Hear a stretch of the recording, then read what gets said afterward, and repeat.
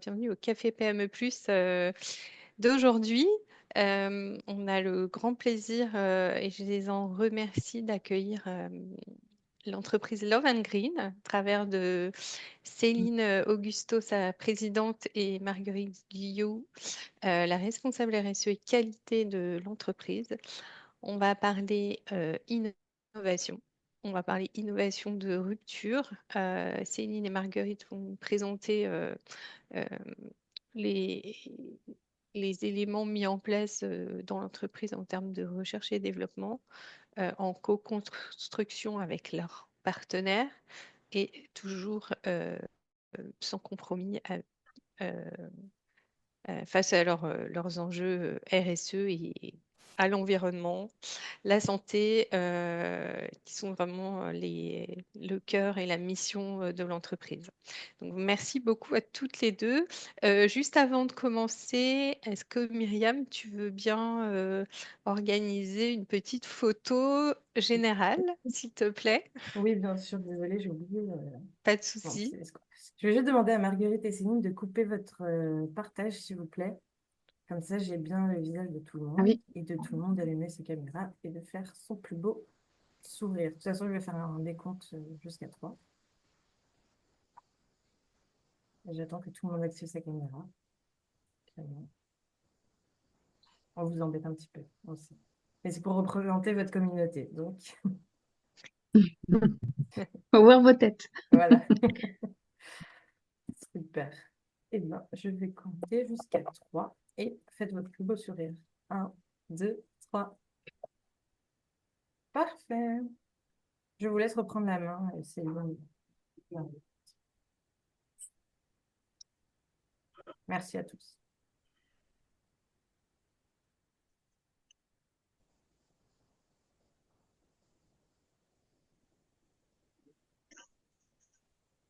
Bonjour à tous. On va couper notre caméra, nous, parce que de notre côté, ça lag un peu, donc ça sera plus simple.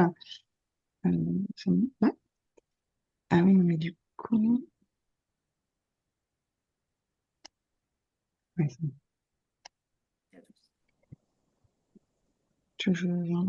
Donc, nous sommes là pour présenter les innovations de rupture qui sont cœur chez Love and Green, pour répondre aux différentes urgences écologiques que l'on peut rencontrer.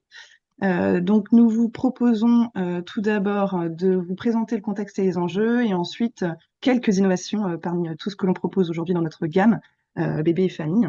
Donc, comme on le sait tous, 2024 est la première année à dépasser le plus 1,5 degré. Donc, on est vraiment dans une urgence climatique importante qui, évidemment, a des impacts sur la planète, l'écologie, mais aussi sur notre santé. Maintenant, c'est palpable. Et les origines sont multiples, mais notamment l'utilisation du plastique à outrance a un impact très important, que ce soit dans sa production, mais aussi dans la gestion de ses déchets. Donc, il y a vraiment une nécessité que on s'embarque tous vers une décarbonation de nos activités, de nos produits, et ça en devient une urgence dès aujourd'hui. Green, c'est aussi une baisse de la natalité depuis 1945 qui est importante, on le voit sur les dernières années, et c'est un enjeu important chez nous puisque nous proposons notamment pas mal de produits cœur autour du bébé. On analyse sur 4 grands axes cette problématique, donc un niveau économique, aussi au niveau du retard de la parentalité lié à l'âge moyen des femmes qui tombent enceintes plus tardivement, l'évolution des mentalités aussi, et aussi une anxiété climatique. Donc, les Français ont besoin d'une réassurance et Love and Green peut répondre au moins à 2 enjeux qui sont ici, au niveau économique et au niveau de l'anxiété climatique, pour avoir une offre combinée qui propose et qui met l'écologie au service de leur santé avec des produits accessibles. Il y a aussi un constat important qu'il faut faire en tant que marque, c'est que à gauche, vous voyez un sondage important qui présente le fait que les consommateurs sont mobilisés, veulent changer leurs habitudes de consommation et ils ont conscience qu'il est important de mettre leur argent autre part que dans des produits, on va dire, conventionnels standards. Mais à droite, vous voyez le constat des 15 produits les plus achetés, où on voit clairement déjà pas mal de plastique à usage unique, et aussi très peu de produits de première nécessité. Bien que l'eau soit de première nécessité, on l'entend, il y a aussi plein d'autres moyens d'avoir de l'eau potable à la maison. Et donc, Love and Green. Donc, merci Marguerite pour cette introduction. Donc, Love and Green, en quelques mots pour ceux qui ne connaîtraient pas, c'est une marque que nous avons créée avec mon mari il y a 14 ans. C'était en 2011, au moment où on attendait notre première petite fille. Et on faisait le constat que sur les produits bébés d'hygiène et notamment les couches bébés, eh bien, on avait une prépondérance des produits bourrés de plastique et de pétrochimie. Et comme tout jeune parent, on voulait donner le meilleur à notre petite fille. Et c'est comme ça que l'idée de Love and Green est née, en se disant, doit y avoir d'autres parents qui ont les mêmes préoccupations et les mêmes attentes que nous. On a des convictions fortes qui préexistent à la création de la marque et qu'on essaye de faire vraiment vivre au quotidien dans tous nos projets. C'est que toute cette pétrochimie, c'est absurde, c'est dangereux. Une couche bébé classique aujourd'hui contient plus de 80% de matière plastique et pétrochimique. Ça n'a aucun sens. Les crèmes avec lesquelles on s'hydrate sont des gelées de pétrole, des dérivés de pétrole. Or, il existe des alternatives. Donc, tout ça n'a pas de sens, à la fois pour l'environnement, la planète, mais aussi pour la santé. Comme le disait Marguerite, ces deux éléments sont extrêmement liés. Deuxième conviction forte, le besoin de transparence et de sincérité vis-à-vis des consommateurs qui attendent ça des marques aujourd'hui. On n'est pas là pour raconter des belles histoires inventées pour leur plaire, on est là pour leur raconter la vérité, pour leur dire ce qu'on fait et pour faire ce qu'on dit. Et donc, on a un vrai langage de vérité et qui est un langage parfois assez impactant de dénonciation du greenwashing ou des allégations un peu limites qu'on peut avoir de nos concurrents, comme par exemple, ma couche est douce comme du coton, mais il n'y a pas de coton. Bah non, du coup, on ne peut pas dire ça. Donc ça, c'est la conviction. Et la troisième conviction, on va beaucoup vous en parler aujourd'hui, c'est la nécessité de rendre nos convictions accessibles. C'est formidable de créer un produit hyper écolo, hyper engagé, mais disponible uniquement sur un petit site internet ou quelques magasins bio pour quelques privilégiés, une petite partie de la population qui pourrait se les payer. Nous, on ne croit pas à ça. Nous, on croit au changement massif. C'est pour ça que dès 2011, on a choisi le réseau de la grande distribution pour se distribuer principalement. On distribue aussi sur d'autres canaux comme par exemple Internet. Mais enfin, la grande distribution, c'est aujourd'hui la majorité de nos ventes. Et l'obsession d'avoir toujours un produit parfaitement comparable en termes de performance, de confort et d'accessibilité qu'un produit classique, tout en ayant une excellence en matière de composition et d'impact sur la santé. Donc ça, c'est quelque chose qui vraiment est très important et qui est au cœur de nos réflexions sur l'innovation. On a 4 valeurs fortes. Le naturel et la santé, c'est pourquoi on s'appelle Love and Green, hein, Love pour la santé et Green pour le naturel. Ça, c'est le cœur de ce qu'on propose à travers nos produits. Mais aussi l'audace, parce qu'on est tout petit face à des très très gros, et l'humain, parce que bah, vous le savez tous, hein, la PME et la start-up au début, c'est avant tout une aventure humaine. Nous sommes une entreprise résolument RSE. Alors, d'abord, à travers nos produits, ça paraît être une évidence dès le début. On a travaillé en éco-conception et on est obsédé par la certification. Pour nous, c'est extrêmement important que nos produits soient porteurs de certifications exigeantes, validées par des organismes extérieurs et reconnus. Donc, vous verrez, on en a beaucoup, hein, des labels, parce que ça dépend aussi des produits, mais on travaille beaucoup avec l'écolabel et avec le label Cosmos et le label EcoCert, qui sont ultra reconnus sur les produits sur lesquels ils sont apposés, pour la simple et bonne raison qu'on est aussi sur des marchés où il y a beaucoup de greenwashing et beaucoup d'allégations un peu hasardeuses sur l'impact environnemental des produits. Et pour nous, c'est important que le label vienne justifier les raisons pour lesquelles on se prétend plus écologique, moins impactant pour l'environnement ou avec plus de matières d'origine naturelle. Donc ça, c'est vraiment à travers nos produits. Mais ça fait de nombreuses années maintenant que, et notamment avec l'aide et le travail de Marguerite, que notre entreprise est passée au niveau corporate. Bien sûr, donc la certification PME+, que nous avons depuis 2020, mais également le fait d'être entreprise à mission depuis 2022, d'être membre fondateur et très actif au sein du Green Impact Index, qui a pour vocation de créer de notation environnementale pour les cosmétiques, qui est prêt et on l'espère bientôt pour de nombreuses autres catégories de produits du DPH. Nous sommes également certifiés Great Place to Work, donc là c'est plus sur l'aspect humain. Donc ça c'est pour nos engagements RSE. Et donc, on va rentrer dans le vif du sujet après cette introduction. Moi, je vais commencer par vous présenter un petit peu notre ADN d'innovation. C'est au cœur de notre stratégie au quotidien. Et vous voyez sur cette frise, nous sommes une marque qui a fait beaucoup de premières fois sur le marché. On a été les premiers à lancer une couche dite écologique. En 2011, ça n'existait pas. Donc, on a créé ce marché qui aujourd'hui pèse quasiment 20% des couches bébés. On a été les premiers à dupliquer en culotte d'apprentissage. On a été les premiers à lancer des soins bébés bio et sans parfum. Ça, c'est inédit. Aujourd'hui, tous les soins bébés, que ce soit du gel corps et cheveux, de l'eau micellaire, de la crème hydratante, sont bourrés de parfums et malheureusement souvent d'allergènes. On a été les premiers à amener le concept de l'hygiène féminine écologique en grande distribution en 2017, dupliqué en 2019 sur une gamme d'incontinence. Et ce qui est très important chez nous, c'est l'amélioration continue. On ne fait pas que de l'innovation sur des nouveaux marchés ou des nouveaux produits. On essaye chaque année d'améliorer la composition environnementale de nos produits existants. Et donc, vous voyez sur la deuxième partie de la frise, il y a énormément de projets qui concernent nos couches. Alors, j'aurais pu en mettre plein d'autres parce que ça concerne vraiment l'ensemble de notre gamme de produits. Mais notre produit emblématique aujourd'hui, c'est la couche bébé. C'est à peu près la moitié de notre chiffre d'affaires aujourd'hui. Et vous voyez que nous n'avons eu de cesse d'innover sur la couche bébé avec des microbilles absorbantes d'origine naturelle, avec de l'emballage papier, avec de la cellulose non blanchie. En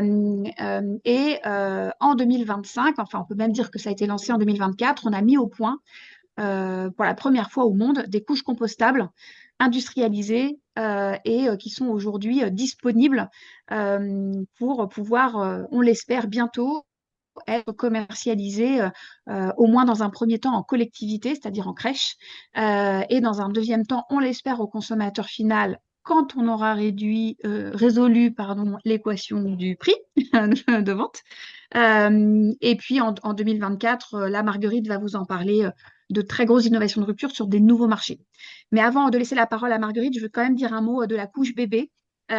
Puisque vous le voyez, notre logique d'amélioration continue, eh bien, elle préexiste depuis notre création, puisque nous n'avons eu de cesse de faire des innovations fortes. Alors, par exemple, en 2018, on a été les premiers à trouver un voile en contact avec la peau d'origine naturelle. Aujourd'hui, nous avons été suivis par une dizaine de marques de couches bébés qui, elles aussi, ont adopté le voile en contact avec la peau d'origine naturelle. Donc, nous avons été précurseurs et nous avons fait évoluer le marché dans la bonne direction. Donc, on est très fiers de ça. Et pour autant, on ne s'est pas arrêté là, puisque, comme je vous le disais, on a fait beaucoup d'innovations. Les barrières en contact avec la peau qui sont passées en origine naturelle en 2020. Et puis, les microbilles absorbantes, ça a l'air de rien, mais c'est plus de 45% du poids d'une couche, les microbilles absorbantes, qui sont toutes pétrochimiques aujourd'hui sur le marché. Et nous avons été les premiers à réussir à mettre au point des microbilles absorbantes d'origine biosourcée, qui nous ont permis aujourd'hui d'avoir un taux de matière d'origine naturelle dans notre couche qui est inédit. On a 70% en moyenne de matière d'origine naturelle et biosourcée quand le marché se situe entre 11 et 30, hein, grosso modo. Donc ça, c'est très important. Vous voyez un petit peu les éléments clés de notre couche bébé. J'en ai pas parlé, mais l'emballage qui est en plastique 100% recyclé et en papier sur notre gamme Pure Nature. Je vous parlais de la logique de certification, énormément de certifications très sérieuses sur les couches bébés, et notamment 3, que sont l'écolabel européen, Dermatest, qui est un label de dermatologie et donc de santé, et FSC, qui vient justifier la provenance de sources responsables de notre cellulose qui provient de forêts. Et vous voyez, classé A en absorption. Donc ça, c'est un système de notation de l'absorption des couches bébés qui est universel, que toutes les marques utilisent. Et A, c'est la meilleure note qu'on puisse obtenir. Donc, c'est pas parce qu'on est 70% d'origine naturelle et biosourcée qu'on peut pas être aussi performant qu'une couche classique en absorption, voire même meilleure.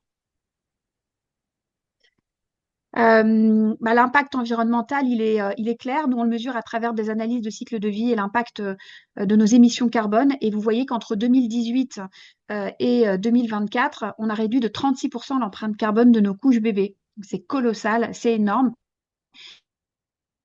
On est estimé que nous avons une couche Love Green émet en moyenne 50% de CO2 en moins qu'une couche classique. Donc, c'est un résultat dont on est très fier, mais sur lequel on va évidemment continuer à travailler pour diminuer encore au maximum nos émissions de CO2. Donc, je vous le disais, je pense que là, c'est beaucoup plus parlant. Vous voyez la part de matière d'origine naturelle et biosourcée dans notre couche par rapport à nos principaux concurrents en grande distribution. Vous voyez que on est très, très, très loin devant. Et ce qui est intéressant, c'est que vous voyez à gauche le prix à la couche. On prend l'exemple d'une taille 4 qui est la plus vendue. Eh bien, vous voyez que le prix de Love Green est extrêmement accessible, beaucoup moins cher que les autres marques dites écologiques, bien que n'ayant pas beaucoup de matière d'origine naturelle. Et on est à une fourchette de prix qui est assez proche de la marque Leader, elle, mais quasiment 90% de matière qui est synthétique dans ces produits.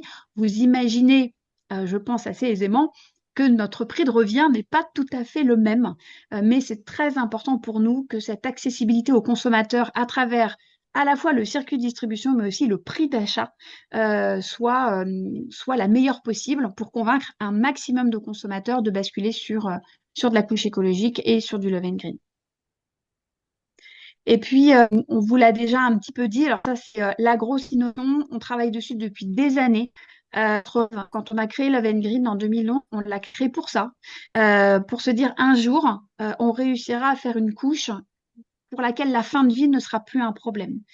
Et donc, on a travaillé d'arrache-pied avec notre industriel, avec son équipe R&D, pour mettre au point une couche compostable. Et on est très fiers en 2024 d'avoir réussi à industrialiser un produit qui contient 90% de matière d'origine naturelle, qui a la même performance en termes d'efficacité qu'une couche jetable classique, mais que nous arrivons aujourd'hui à composter.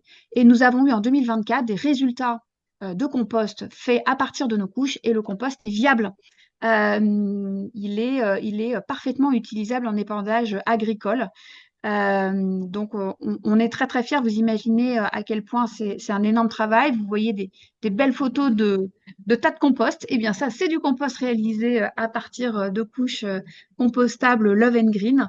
On fait des tests en crèche actuellement. On a vraiment besoin que de nombreux bébés utilisent cette couche pour qu'on vérifie qu'il n'y a pas de différence par rapport à une couche Love Green standard en matière de facilité d'utilisation, de confort et d'efficacité d'absorption, évidemment.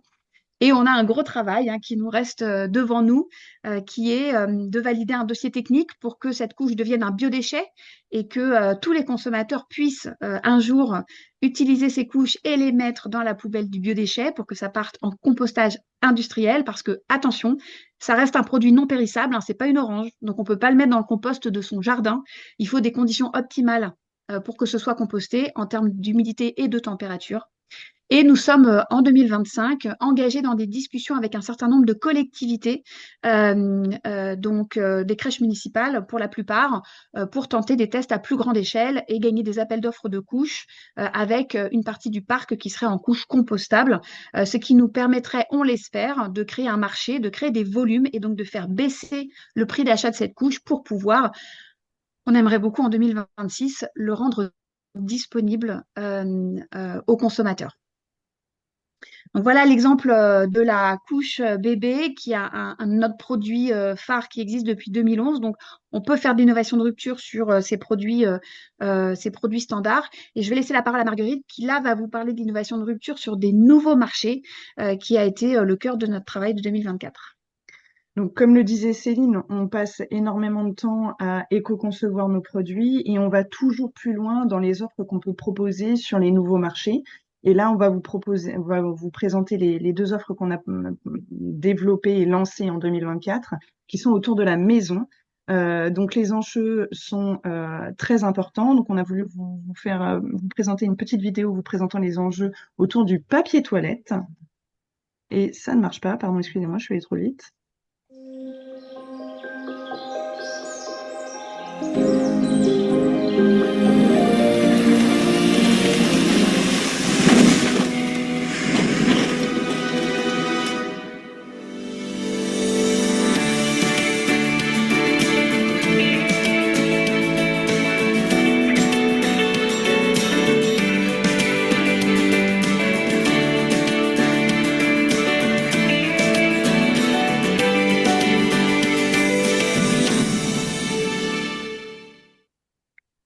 Donc, comme à chaque fois, on essaye de répondre au maximum en proposant un produit qui répond aux enjeux environnementaux et aussi sanitaires. Donc, on a proposé dès 2024 un papier toilette qui était 100% recyclé. Donc, ça répond à l'enjeu qui est très important de réduire l'utilisation des ressources vierges de nos forêts. Et aussi, le deuxième enjeu, c'est que c'est un rayon qui est 100% plastique. Donc, on a proposé un papier toilette emballé dans du papier. Donc, on sort vraiment du standard tout en proposant un produit complètement accessible qui, lui, répond aussi clairement, factuellement à des enjeux, puisqu'on voit que on réduit notamment l'empreinte carbone de 23% par rapport à du papier fibre vierge. On est très content de valoriser déjà des résultats très positifs sur 2024. Déjà, on a gagné un très beau trophée de LSA La Conso s'engage pour l'environnement sur ce produit-là, par son innovation et le fait qu'il répondait à tous les enjeux, que ce soit environnementaux, sanitaires et économiques de la RSE, mais aussi par la voix des consommateurs qui ont clairement, par des testeurs, nous prouvé que ce produit est bien, voire très bien sur les critères clés que l'on attend pour ce produit-là, donc qui sont la capacité d'absorption, la douceur, la qualité globale, la résistance et l'épaisseur. Donc, on est très fiers de ce lancement et on espère pour 2025 une croissance encore plus importante. Je vais passer donc à notre deuxième projet qui s'est déployé sur la maison, qui est autour des produits d'entretien. Donc, une deuxième petite vidéo très courte qui vous présente aussi les enjeux.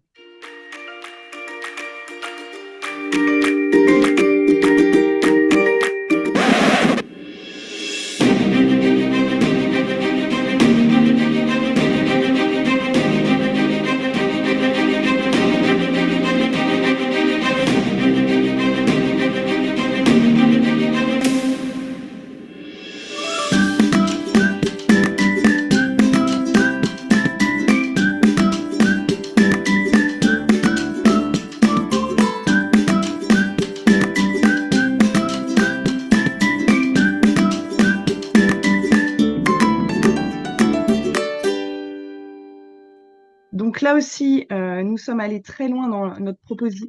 Pardon, excusez-moi. Est-ce que ça se... Ah là, merci. Donc, nous sommes allés très loin dans notre proposition puisque on répond aux enjeux qui sont, comme vous l'avez vu, tout autour du plastique, mais aussi la réduction de l'empreinte du transport, qui sont très importants. Et de là, nous avons proposé donc 3 nouveaux marchés autour de la lessive, les liquides vaisselle et les sprays ménagers, qui sont soit fabriqués en France, soit juste à côté, juste derrière la frontière, et qui proposent chacun, donc le liquide vaisselle, ça arrive cette année, mais qui proposent chacun une solution de recharge concentrée à diluer.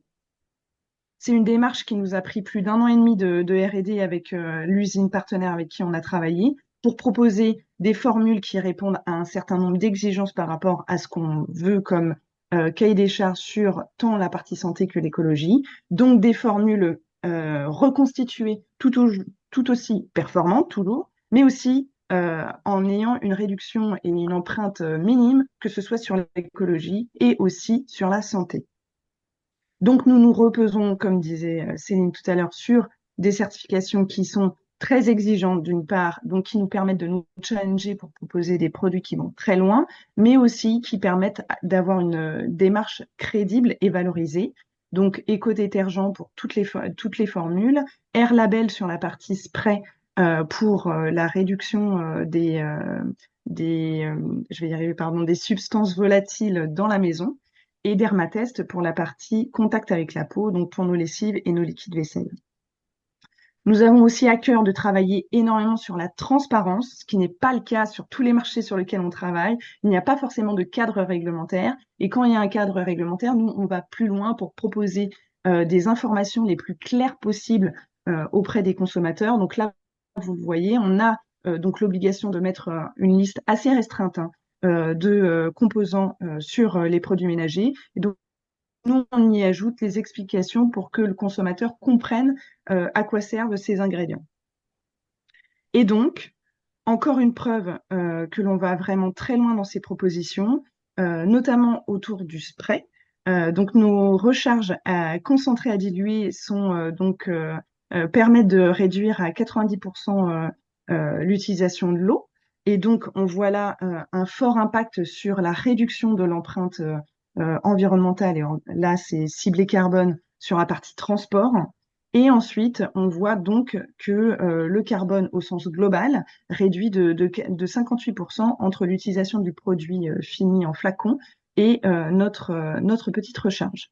Donc, on a vraiment une offre complètement globale qui répond tant à des enjeux environnementaux, santé, mais reste aussi tout à fait accessible puisque accessible en GMS. Voilà, donc on arrive à la fin de notre présentation. Donc on espère vous avoir transmis un petit peu notre ADN, hein, qui est donc cette innovation qui est tournée vers l'excellence environnementale et santé, la vraie volonté d'être toujours un peu la tête de pont de nos marchés pour faire bouger les pratiques, faire évoluer la composition des produits. Et aussi cette audace, hein, dont je parlais un petit peu dans nos valeurs, qui est celle d'aller se frotter à plein de nouveaux marchés. Ce qu'on avait fait déjà avec l'hygiène féminine en 2017. En 2024, on vient sur le marché de la maison, hein, c'est quand même assez loin des couches bébés de 2011. Mais effectivement, à chaque fois qu'on trouve qu'il y a un enjeu environnemental fort et qu'on peut vraiment améliorer les choses par rapport aux produits existants, eh bien, on trouve que Love Green est pertinent et on veut relever le défi avec nos entreprises partenaires, nos fournisseurs partenaires, puisque nous n'avons pas d'usine et pas d'équipe R&D en propre, hein. On travaille avec, ce sont des partenariats que nous menons avec nos différents fournisseurs. Donc voilà, nous avons terminé la présentation et place aux questions peut-être. Peut-être remettre notre vidéo juste pour... Merci beaucoup à toutes les deux. C'est très inspirant et je pense qu'il va y avoir quelques petites questions. J'ai déjà... alors, qui c'est Angel qui voulait prendre la parole, je vous en prie. Oui, bonjour à tous. Bravo pour ce travail accompli. Je sais que ça prend beaucoup de temps. À Bioplan, on a mené ces démarches-là aussi depuis la création de l'entreprise avec l'éco-conception et la durabilité des systèmes en cœur de métier. Nous, on produit des plantes, hein, c'est encore un truc différent, mais on l'a fait dans des contenants qui sont 100% biosourcés, on a remplacé le plastique et tout ça. Ma question est aujourd'hui, il y a eu un code de l'environnement qui a été revu en 2023, sur lequel on a revu la liste des allégations, on a revu des tas de choses qui répondent plus ou moins à des questionnements des consommateurs, soi-disant, et on est confronté aujourd'hui à une espèce voilà, j'ai l'impression en tout cas, ou alors je me sens persécuté, j'espère que c'est pas votre cas, mais avec des dénonciations à droite à gauche de concurrents qui viennent nous trouver à travers la DGCCRF ou ce genre d'organismes pour nous dire que on peut pas dire compostable, on peut pas l'écrire. Donc, qui essayent de nous bâillonner, qui essayent de nous faire. Comment faites-vous? Comment êtes-vous accompagné? Parce que j'ai relevé dans votre présentation deux, trois choses qui, pour moi, me semblent limites par rapport à ce que je vis et ce que j'ai vécu depuis 15 ans. On pourra en discuter hors réunion si vous le voulez. Mais c'est clair que là, on se heurte à des choses complexes, et notamment des filières de compostage qui n'existent pas en France, malgré tout ce qu'on veut nous faire croire, et donc qui nous posent de vrais problèmes de développement, alors que, comme vous, on espère faire bien. Donc, est-ce que vous êtes bien accompagné sur un plan juridique? Comment vous êtes armé par rapport à vos allégations et à ce que vous affirmez sur vos présentations, parce que il y a danger. Il y a danger. Oui, alors c'est effectivement une question hyper intéressante et très centrale qui nous occupe au quotidien. Oui, on a un très gros service juridique. Enfin, en tout cas, on a un cabinet d'avocats qui nous épaule sur chacune de nos allégations et chacun de nos claims. C'est un sujet qui est très compliqué. Et nous, on est très militants par rapport à ça. Donc, on défend nos allégations. Donc, on passe notre vie au tribunal. faut être clair, hein, on passe notre vie à recevoir des mises en demeure, on passe notre vie à être traîné au tribunal pour nos allégations. Et donc, on est dans l'obsession de la justification de nos allégations. Effectivement, quand on travaille avec Love Green aujourd'hui, c'est fournir des attestations dans tous les sens, on fait des tests en externe pour valider toutes nos allégations, etc. Et aujourd'hui, à ce jour, au prix de frais d'avocat élevés, on a toujours été conforté dans la véracité de nos allégations environnementales. Ça, c'est la première chose. Donc, par exemple, Pampers nous a collé au tribunal pour dire qu'on n'avait pas le droit de dire qu'on avait des matières d'origine naturelle dans notre couche parce qu'elles étaient trop transformées. Le tribunal l'a débouté à la fois en référé et au fond. Donc, on s'est quand même tapé 2 procès. Bon, on leur a rendu l'appareil, on les a attaqués en retour. Donc voilà, ça fait aussi partie de la meilleure défense, c'est l'attaque. On a été effectivement pas toujours très bien accueillis sur le marché de l'entretien. On a quelques concurrents qui nous ont envoyé des mises en demeure. Donc oui, effectivement, c'est une réalité, mais que nous, par rapport aux concurrents, en tout cas, on est plutôt dans la combativité. Par rapport à la DGCCRF, on est plutôt. Alors nous, aujourd'hui, ça nous ferait bien rigoler que la DGCCRF vienne nous voir sur nos allégations compte tenu de la jungle qu'est le marché des couches bébés où tout le monde dit tout et n'importe quoi. Et que vous avez aujourd'hui des allégations farfelues sur des produits qui contiennent 20% de matière naturelle. Bon voilà, moi quand même là j'aurais 2, 3 trucs à leur dire s'ils venaient nous voir. Donc aujourd'hui on fait quand même partie des bons élèves, de ceux qui mettent des allégations qui sont justifiées. Et aujourd'hui la plupart de nos concurrents mettent des allégations qui ne sont pas justifiées. Moi j'ai des concurrents qui disent voilà en contact avec la peau d'origine naturelle, il l'est pas, hein. Donc là on est vraiment dans un niveau très fort. Et le dernier point, c'est la réglementation. Et là, je vous rejoins, c'est compliqué. Nous, parce qu'on a un certain nombre de labels, eh bien, les labels aujourd'hui nous obligent à limiter notre liberté d'expression sur nos allégations environnementales, à avoir des justifications dans tous les sens. Et donc, on navigue un petit peu avec ça en essayant de leur expliquer que c'est pas juste, parce que nous, on a des contraintes, alors que nos concurrents qui ne sont pas labellisés peuvent dire n'importe quoi. Et donc, on essaye en fait d'équilibrer un petit peu tout ça et d'arriver quand même à parler de nos allégations. Et donc, par exemple, quand on dit 70% de matière d'origine naturelle et biosourcée, bah, vous verrez sur notre pack, il y a des renvois et on est obligé de mettre tout un tas de justificatifs, de pourcentages de matière, etc., qui nous sont imposés par l'écolabel européen. Mais on le fait et finalement, ça va dans une logique de transparence. On s'en débrouille. Mais oui, pouvoir dire haut et fort des allégations environnementales, ça a un prix et aujourd'hui, ça a un prix sur des frais d'avocat qui sont élevés.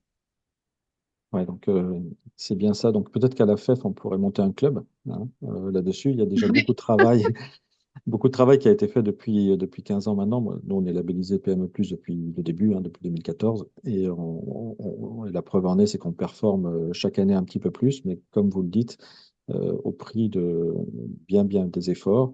Alors, on est dans une démarche qui s'appuie sur la recherche, donc on est des jusqu'au-boutistes. Et à chaque fois, on a pu apporter des preuves, comme vous, de tout ce que l'on fait. Nous, on est producteurs, hein. On travaille aussi avec des partenaires fournisseurs d'intrants, mais sinon, c'est nous qui fabriquons, c'est nous qui éco-concevons et c'est nous qui faisons les produits. Mais peut-être qu'à la FEF, on pourrait créer un club d'éco-combattants pour que les allégations, enfin qu'on ne nous bâillonne pas surtout, c'est qu'on est en train de nous mettre sur la bouche un bâillon qui nous empêche même de dire compostable, alors que ça fait partie de notre vocabulaire, c'est dans le dictionnaire. Et je ne vois pas de quelle manière, enfin, pourquoi certains industriels, certains grands groupes, eux, ne sont pas molestés parce que bah, peut-être que les contrôleurs des GCR sont soumis à un résultat et que pour aller chercher les résultats, on vient de taper les PME parce qu'elles sont plus accessibles et plus faciles à mettre en peine. Donc voilà, donc j'arrêterai là, mais si vous voulez bien, on peut rester en contact et puis monter un club, j'en sais rien. Voilà, pourquoi pas. Ouais, c'est une très bonne idée, hein. Moi, je pense que vous n'êtes pas que deux dans cette situation. Et oui, peut-être qu'on va plus facilement aller chercher les petits. C'est plus facile, j'allais dire. Mais bon, voilà, bah, enfin, vous assumez vos choix, vous les mettez en exergue et vous vous battez au quotidien. Bravo pour ça. Et je pense que voilà, c'est aussi dans l'esprit du label beaucoup d'entreprises qui sont dans ces dynamiques-là, hein, cet ADN, ces missions-là. Donc voilà, je ne dis pas que c'est facile. Est-ce qu'il y a d'autres questions concernant la présentation de Marguerite et Céline? Moi, j'ai envie de vous demander, Céline et Marguerite, peut-être en termes d'organisation interne, comment ça s'articule au quotidien, comment les décisions sont prises, comment vous fonctionnez pour ce processus d'innovation agile. Nous, du coup, effectivement, on est en mode sous-traitance et donc on a vraiment une équipe de chefs d'orchestre au bureau. Nous, on est une trentaine de personnes, hein, donc on est vraiment une petite structure. Et en fait, le fait d'être en sous-traitance nous donne un avantage fort qui est celui de pouvoir choisir pour chaque typologie de produit, puisqu'on a un fournisseur par typologie de produit, de choisir lorsqu'on fait notre appel d'offres dans notre cahier des charges, celui qui va regarder le plus possible dans la même direction que nous, qui va répondre effectivement aux exigences environnementales très fortes de notre brief produit, mais qui va aussi s'engager à être dans l'amélioration continue, dans la recherche fondamentale pour essayer de faire bouger les lignes du marché, d'aller toujours trouver des nouvelles matières qui n'existent pas aujourd'hui sur le marché. Et donc, la façon dont on est organisé, c'est qu'on a vraiment un binôme. On a une équipe marketing produit et une équipe achat qui travaillent en binôme sur la rédaction d'un cahier des charges extrêmement exigeant et assez touffu pour faire un appel d'offres sur un nouveau produit sur lequel on aura effectivement fait une analyse concurrentielle et on aura vu qu'il y a, il y a une place pour une offre écologique alternative. Et on va sélectionner un fournisseur et on va travailler main dans la main avec lui. Comme le disait Marguerite, par exemple, pour l'entretien, ça a pris 1 an et demi. Il y a d'autres produits où c'est un peu plus court. Ça a été le cas du papier toilette où ça a pris plutôt 1 an. Et on va effectivement travailler main dans la main. On va se faire des réunions toutes les semaines. On va se voir physiquement très régulièrement pour réussir proto après proto à arriver à une proposition de produit fini qui est satisfaisante et sur laquelle on va être très réactif, hein. C'est-à-dire, nous, on a un processus d'innovation qui est très court. On a un comité de direction qui prend des décisions très vite. Et dès qu'on a un proto et un prix et un process de fonctionnement avec le fournisseur qui fonctionne, on lance à toute vitesse. Donc, on est vraiment sur un process de décision très court et un comité de direction qui est impliqué dans chaque étape de développement du produit, puisque la directrice marketing, la directrice des achats sont membres du CODIR et donc présentent chaque semaine les évolutions sur le développement des innovations. Et donc, c'est l'avantage de la petite structure, hein, c'est qu'on fait valider à personne et donc ça va très vite, les décisions vont très vite. Et c'est comme ça qu'on arrive à avoir un cycle d'innovation, même sur des choses très fondamentales, qui peut être très court. Très clair, merci Céline. Bon, je vais continuer parce que moi je suis passionnée aussi par le sujet. Vous parlez systématiquement d'analyse de cycle de vie. Comment ça s'imbrique dans vos décisions et à quel moment? J'imagine que c'est tout au début du projet que vous intégrez cette notion. Je peux répondre si tu veux, mais l'analyse de cycle de vie, à la base, on a commencé à en faire sur les couches pour un peu se rassurer sur nos intuitions. Parce qu'en 2011, quand on a créé la couche écologique, en fait, on s'est dit, il faut absolument remplacer les matières plastiques et synthétiques par des matières d'origine naturelle, et c'est comme ça qu'on va réduire l'empreinte carbone du produit. Mais c'était une intuition. On n'avait rien pour le justifier. Et donc, la première analyse de cycle de vie, on l'a fait sur les couches, et on l'a fait juste pour se dire où on en est. Est-ce qu'on a raison? Est-ce qu'on se plante complètement et en réalité, c'est le lieu de fabrication qui fait tout, hein, si on fabrique, parce que nous, on fabrique nos couches en Espagne, par exemple. Beaucoup d'intervenants aujourd'hui fabriquent en France et clament haut et fort l'impact environnemental réduit de leurs couches grâce à une production française. Donc, on s'est dit, tiens, ça se trouve, on se plante, ça se trouve, c'est le transport joue un rôle prépondérant et fondamental. Et peut-être qu'on se trompe ou peut-être qu'on a des sujets sur lesquels il faut qu'on travaille et qu'on n'adresse pas aujourd'hui. Bon, ça nous a pleinement rassurés, hein, puisque l'écrasante majorité des émissions de CO2 d'une couche ce sont les matières premières qui le composent. Hein. C'est pas le lieu de fabrication, c'est pas le transport, c'est pas l'emballage, c'est vraiment les matières premières. Donc ça nous a pleinement confortés et ça nous a effectivement donné un petit peu des clés de lecture des projets qui nous permettent de nous guider à la fois dans l'éco-conception, oui, mais aussi beaucoup l'amélioration continue. Parce que quand on est au préalable à un projet, on fait pas d'ACV. On fait une ACV quand on a un produit fini. Une fois qu'il est calé, une fois qu'il est prêt et qu'on a toutes les données pour pouvoir faire une analyse de cycle de vie. Et à ce moment-là, c'est là qu'on réalise est-ce que nos choix ont été bons. Donc maintenant, on a un peu d'expérience, donc on sait aussi dans quelle direction aller. Néanmoins, vous prenez un spray, comme l'a montré Marguerite dans son slide, un spray nettoyant, c'est pas du tout la même typologie d'empreinte carbone qu'une couche bébé. Les matières premières, finalement, qui rentrent dans la composition du produit, jouent un rôle plus mineur. Alors que l'emballage, le transport, la distribution vont jouer un rôle prépondérant.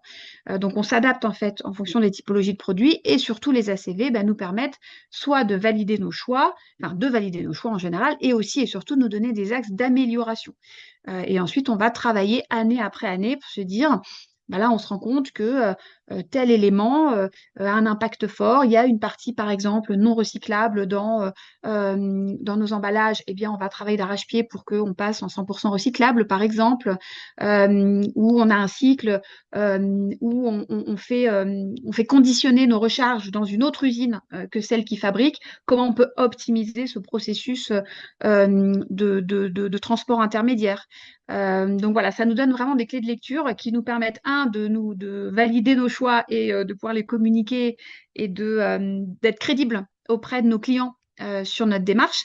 Et deux, de pouvoir se donner des axes d'amélioration pour être toujours meilleur et toujours en mouvement, toujours en jeu de jambes, jamais statique, jamais pleinement satisfait d'un produit en se disant c'est bon, ça y est, on a réussi, il est parfait, on n'y touche plus. Ça, jamais de la vie, on est toujours en train de se dire comment on peut le modifier, l'améliorer et nous donner aussi de toujours plus d'avantages concurrentiels à communiquer à nos consommateurs pour vendre nos produits. Merci Céline, c'est bien clair. Bon, bah, ouais, ça arrive pour confirmer et conforter le choix, hein, c'est très clair. Euh, Bien, alors moi j'ai encore une dernière question sur le plastique. Les microplastiques, l'enjeu, ben, on l'a bien vu dans votre présentation, hein, le plastique, c'est encore la norme, malheureusement. C'est ce qu'on consomme, enfin ce que les Français consomment au quotidien. Euh, Quelle est votre réflexion par rapport à ça? Je sais que c'est dans vos réflexions depuis toujours, enfin depuis le début, puisque il y a comment dire, vous avez l'enjeu du nourrisson en tête et c'est ça aussi qui fait que vos choix se sont axés vers des solutions naturelles. Voilà, ben, moi ça me rend, comment dire, pas triste, mais bon, si presque, de voir qu'on bouge pas assez. Qu'est-ce que vous répondez à ça? Répondre sur la question. Après, je peux d'abord vous faire une première introduction sur ça. C'est que comme on travaille beaucoup avec la GS, ils sont quand même très engagés sur ces sujets-là. Après, je pense aussi que sur tous les sujets de la RSE, il n'y a pas une solution qui sera la solution magique et qu'il est intéressant d'étudier un certain nombre de solutions et un panel de solutions sur ces sujets-là. Et parallèlement, la réglementation évolue, mais pas assez vite. Là, c'est toujours aussi sur le cycle de rapidité qui n'est pas du tout assez rapide par rapport à l'enjeu, qui parfois est même freiné, puisqu'on a vu, par exemple, l'obligation des nouvelles machines à laver avec des filtres sur les microplastiques qui finalement a été mis un peu de côté, ce qui finalement réduit l'enjeu aux entreprises de prendre l'enjeu en main et de s'actionner dans les bonnes directions parce que finalement, de toutes parts, ça n'avance pas vraiment à la vitesse souhaitée et nécessaire pour notre planète et notre santé. Tu veux ajouter quelque chose? Oui, oui, en fait, nous, c'est un vrai combat. Je pense que vous l'aurez compris à travers notre présentation, le plastique, et notamment le plastique à usage unique, depuis la création de Love and Green, et pour autant, on en utilise encore beaucoup parce que on cherche. Hein. Alors, parfois, on arrive vraiment. Alors, le produit idéal, c'est le papier toilette. Il y en a plus. On a réussi à emballer dans du papier. C'est franchement pas compliqué. Faut juste que l'usine soit équipée pour le faire. Mais ça paraît fou après de voir tous ces papiers toilettes emballés dans du plastique. On se dit, mais les gens sont inconscients, les entreprises sont inconscientes parce que, enfin, dans le genre emballage qui sert à rien, enfin, vraiment, on le garde pas. Enfin, vraiment, c'est inutile. En passant en papier, on perd absolument pas en surface d'expression, en qualité perçue de produit dans le rayon. Bref, il n'y a aucun frein aujourd'hui à passer en papier à part un peu le prix quand même, c'est pas le même prix. Donc parfois on y arrive extrêmement bien et puis parfois c'est plus difficile. Vous voyez, aujourd'hui on a deux gammes de couches. On a la Love and Green classique qui est emballée dans du plastique recyclé. Alors il est recyclé, c'est formidable, mais enfin, ça reste du plastique. Et puis on a la gamme Love and Green Pure Nature, qui est une gamme qui va encore plus loin dans nos engagements environnementaux et notamment par son emballage papier. Eh bien, aujourd'hui, cette gamme, on a énormément de mal à la vendre. Elle a du mal, d'abord parce qu'elle est plus chère, parce qu'un emballage papier par rapport à un emballage en plastique recyclé, c'est quasiment du x2. Enfin, le surcoût est colossal pour nous. Donc, on est obligé quand même à un moment de le répercuter pour le consommateur. Donc, il faut que le consommateur, il accepte de payer plus. En plus, on est beaucoup plus taxé par Citeo, parce que vous comprenez, chez Citeo, le plastique recyclé, c'est ce qu'il y a de mieux. Donc, effectivement, le papier aujourd'hui, c'est pas du tout valorisé. Donc, il y a aussi beaucoup de choses à faire, nous, dans notre lobbying auprès des pouvoirs publics pour que la réglementation, comme le disait Marguerite, suive les enjeux. Parce que je pense que c'est quand même beaucoup plus grave de retrouver un emballage en plastique recyclé dans la nature qu'un emballage en papier qui va se biodégrader. Bon. Donc effectivement, on navigue un petit peu entre à la fois cette envie d'avoir les produits sans aucun plastique et dans le même temps des réalités marché qui font qu'on ne peut pas encore pleinement y passer. Donc c'est de l'éducation au consommateur, c'est de l'éducation aux distributeurs aussi qu'on doit continuer à faire. C'est vraiment du plaidoyer que nous on fait au quotidien, mais aussi de l'adaptation. Parce qu'encore une fois, on ne peut pas se permettre d'avoir que des produits qui sont vendus 30 ou 40% plus cher que la moyenne du marché.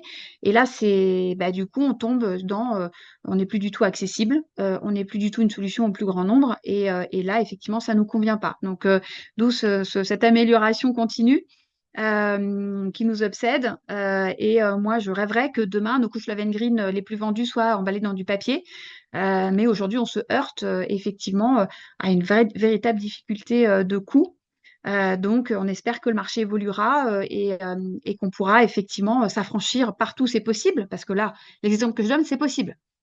Après, un spray vitre dans autre chose que du plastique, je ne sais pas si un jour on y arrivera. Donc, on le résout avec de la recharge concentrée à diluer. Il y a des moments où le plastique à usage unique, ça va être plus compliqué. Mais là, il y a des sujets sur lesquels les solutions existent et elles ne sont pas du tout aujourd'hui poussées ni par le monde industriel en amont, ni par le monde de la consommation en aval. Et c'est dommage. Donc, on est en première ligne, on est prêt. Bon, bah, merci pour cet éclairage et c'est très, comment dire, bon, j'avais une idée sur la réponse et je pense que vous œuvrez tous autant que vous êtes pour aller vers du mieux sur ce sujet, même si on sait que ça avance à petits pas, mais ça avance quand même. Donc il faut voir ce côté positif. Un grand, grand merci parce qu'on a déjà dépassé à toutes les deux de nous avoir partagé avec enthousiasme, avec vos tripes, voilà, je vais le dire, votre marché et vos convictions. C'était un vrai plaisir. Merci à tous d'avoir été présents pour ce café. Le prochain Café PME+, c'est avec l'entreprise Grand Sail. D'ailleurs, ils sont avec nous là, concernant le sujet de l'achat responsable chez Grand Sail. Donc, une grande thématique, je pense, hyper intéressante. Donc, c'est aux mêmes horaires le mercredi 26 mars Et Myriam vous a mis le lien de connexion si vous voulez vous inscrire de suite.